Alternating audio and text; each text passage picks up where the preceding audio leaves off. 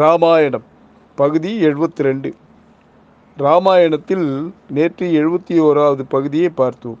இன்று 72வது பகுதியை தொடர்ந்து பார்க்கலாமா? கும்பகர்ணன், அண்ணா, முன்பு நீ தர்மத்தை கடைபிடித்ததால் வலிமையும் செல்வமும் உனக்கு புகழை தந்தன. ஆனால் எப்போது நீ தர்மத்தை மீறினாயோ அப்போதே உன் அழிவை நீ தேடிக்கொண்டு விட்டாய். இனி உன்னை எவராலும் காப்பாற்ற முடியாது. ராம லட்சுமணரின் வாக்கில் சத்தியமும் குணத்தில் நல்லொழுக்கமும் நிறைந்துள்ளது. ஆனால் நமக்கு நெஞ்சில் வஞ்சகமும் வாக்கில் பொய்யும் செயலில் பாவமும் நிறைந்திருக்கின்றது. இவ்வாறு இருக்கையில் நமக்கு எப்படி வெற்றி உண்டாகும்? நான் உனக்கு கடைசியாக ஒன்று சொல்கிறேன். கடலை கடந்து வந்த வானரங்களும் இன்னும் துணையாக ராம லட்சுமணருக்கு இருக்கின்றனர். சீதை அசோகவனத்தில் பெரும் துன்பத்தில் உள்ளாள். வாலியின் மார்பை துளைத்த பானமும் இன்னும் ராமரின் அன்புரா துணியில் உள்ளது. ஆகவே நீ சீதையை ராமரிடம் சென்று ஒப்படைத்துவிட்டு விபீஷணனுடன் சேர்ந்து வாழ்வதே நலம். அதுவே உனக்கும் நம் குலத்துக்கும் நல்லது. இல்லையென்றால் நம் அரக்கர் குலம் அழிவது நிச்சயம் என்றான் கும்பகர்ணன். கும்பகர்ணனின் அறிவுரையை கேட்டு கொதித்து எழுந்த ராவணன் காலினால் ஓங்கி நிலத்தை மிதித்தான். கும்பகர்ணா, எனக்கு அறிவுரை சொல்ல நான் உன்னை இங்கு அழைத்து வரவில்லை.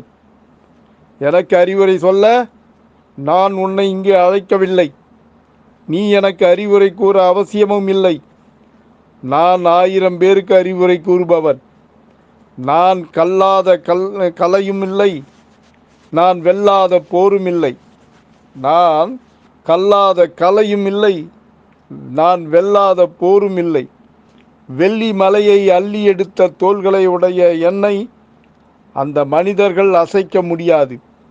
அந்த குரங்குகளைப் போல் அந்த மனிதர்களை வணங்கி விபீஷணனுடன் சேர்ந்து கொள், போ. அதுதான் உனக்கு பொருத்தம். உன் வீரம் பயனற்று போனது. நீ போருக்கு தகுதி இல்லாதவனாக ஆகிவிட்டாய். போ போ என்று இன்னும் மாமிசங்களும் கல்லும் மீதம் உள்ளது. அதை உண்டுவிட்டு போய் உறங்கு, போ என்றான் ராவணன். என் பகைவரை எப்படி அழிப்பது, அவர்களை அழிப்பது எப்படி என்று எனக்கு தெரியும். என் பகைவர்களை எப்படி அழிப்பது என்பது எனக்கு தெரியும். நீ இங்கிருந்து செல் என்றான். பிறகு ராவணன் தன் ஏவலாட்களை அழைத்து, என் தேரையும் ஆயுதங்களையும் கொண்டு வருக, நானே போருக்கு சென்று அனைவரையும் ஒழிப்பேன் என்று எழுந்தான் ராவணன். அப்பொழுது கும்பகர்ணன் ராவணனை பணிந்து வணங்கி, அண்ணா, என்னை பொறுத்தருள வேண்டும்.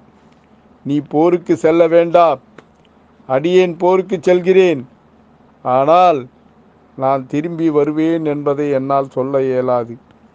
நான் போரில் இறந்துவிட்டால் நீ சீதையை ராமனிடம் ஒப்படைப்பதுதான் நலம். என்னை வென்றவர் தங்களையும் வெல்வர். உன் அரக்கர் படைகள் அழிவதும் நிச்சயம். உன் மகன் இந்திரஜித் போருக்கு சென்றால் அவன் லட்சுமணனின் வில்லினால் அழிவது நிச்சயம். பிறகு உனக்கு ஏற்படும் முடிவை அறிந்து கொண்டு அதற்கேற்ப முயற்சி செய். நான் கடைசியாக உங்களிடம் ஒன்று சொல்ல விரும்புகிறேன். நான் இது நாள் வரைக்கும் ஏதேனும் தவறு செய்திருந்தால் அவற்றை பொறுத்தருள வேண்டும்.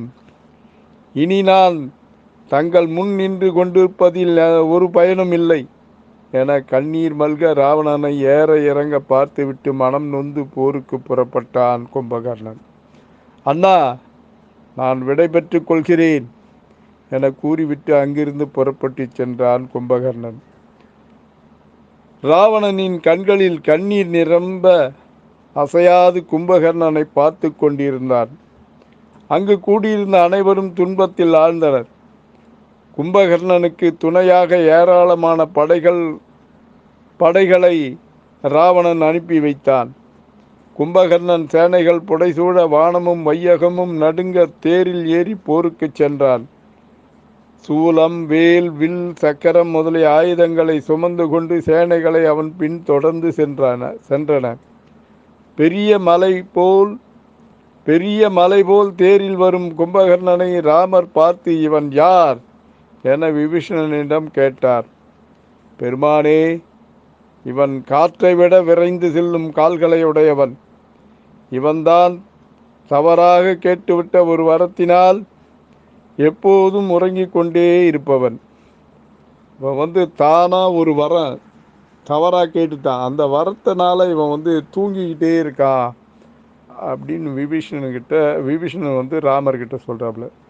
சிவபெருமான் இவனுக்கு அளித்த சூலப்படை இவனிடம் இருக்கிறது. அந்த சூலாயுதத்தை கொண்டு இவன் போரில் தேவர்களை ஓட ஓட விரட்டி ஓட வைத்தவன். இவனின் பெயர் கும்பகர்ணன். ராவணனுக்கு இளையவன், எனக்கு மூத்தவன். கும்பகர்ணன் ராவணனிடம் சீதையை கவர்ந்து வந்தது தவறு என கூறியும் அதை ராவணன் கேட்கவில்லை. இவன் சூலத்தை எடுத்தால் அனைத்தையும் அழிக்கும் ஆற்றல் உடையவன் இந்த கும்பகர்ணன். விபீஷணன் இப்படி கூறியதை கேட்ட சுக்ரீவன் ராமரிடம், கும்பகர்ணன் பேராற்றல் உடையவன், நற்குணத்தில் சிறந்தவன் என்கிறாய். இவனை கொல்வதால் நமக்கு எந்த ஒரு பயனும் கிடைக்கப் போவதில்லை. இவனை கொல்லாமல் நம்முடன் சேர்த்து கொண்டால் என்ன? விபீஷணன் தன் அண்ணனை இழக்க மாட்டான் என்றான். ராமரும் சுக்ரீவனின் யோசனையை கேட்டு, இதை கும்பகர்ணனிடம் சொல்வது யார் என கேட்டார். உடனே விபீஷணன், தாங்கள் அனுமதி தந்தால் நானே சென்று கும்பகர்ணனிடம் சென்று பேசுகிறேன் என்றான் விபீஷணன். ராமர் விபீஷணனிடம், விபீஷ்ணா, நீ கும்பகர்ணனிடம் சென்று அவன் விரும்பினால் நம்முடன் சேர்ந்து கொள்ளச் சொல் என்றார். உடனே விபீஷணன் அங்கிருந்து புறப்பட்டு வானர சேனைகளை கடந்து கும்பகர்ணன் இருக்கும் இடம் சென்றான். விபீஷணன் கும்பகர்ணனின் காலில் விழுந்து வணங்கினான். கும்பகர்ணன் விபீஷணனோட அண்ணன் இல்லையா, அண்ணனின் காலில் விழுந்து விபீஷணன் வணங்கினான். கும்பகர்ணன் விபீஷணனை தழுவி கொண்டான்.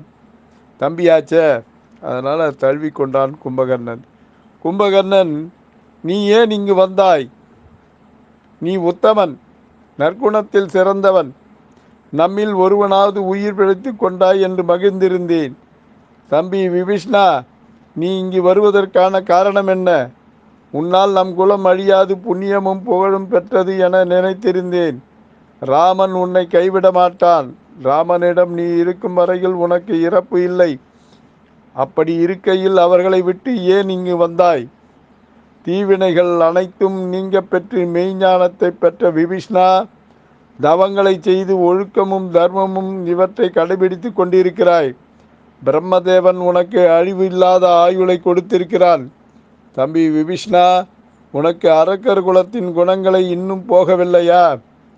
அரக்கர் குணத்தின் குணங்கள் இன்னும் போகவில்லையா? நாங்கள் போரில் மாண்டு இறந்தால் நீ உயிருடன் இருந்தால்தானே எங்களுக்கு ஈமச்சடங்குகள் செய்ய முடியும். நீ இல்லை என்றால் எங்களுக்கு யார் இதை செய்வது? விபீஷ்ணா, அங்கே பார், போருக்கு தயாராக இருக்கும் ராமரும் லக்ஷ்மணனும் உள்ளனர். எப்படி இருந்தாலும் அவர்கள் எங்கள் உயிரை பறிக்கப் போகிறார்கள். ஆதலால் நீ சென்று ராமனிடம் சேர்ந்து கொள். ராமர் போரில் வென்ற பிறகு, சீதை ராமனிடம் சேர்த்த பிறகு, அவர்களின் முன்னிலையில் இலங்கையின் ஒப்பற்ற அரசனாக வேண்டும்.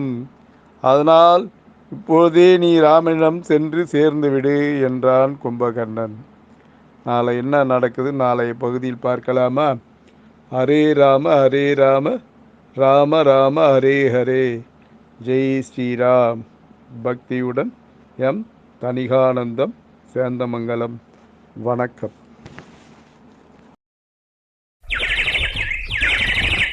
Thank you.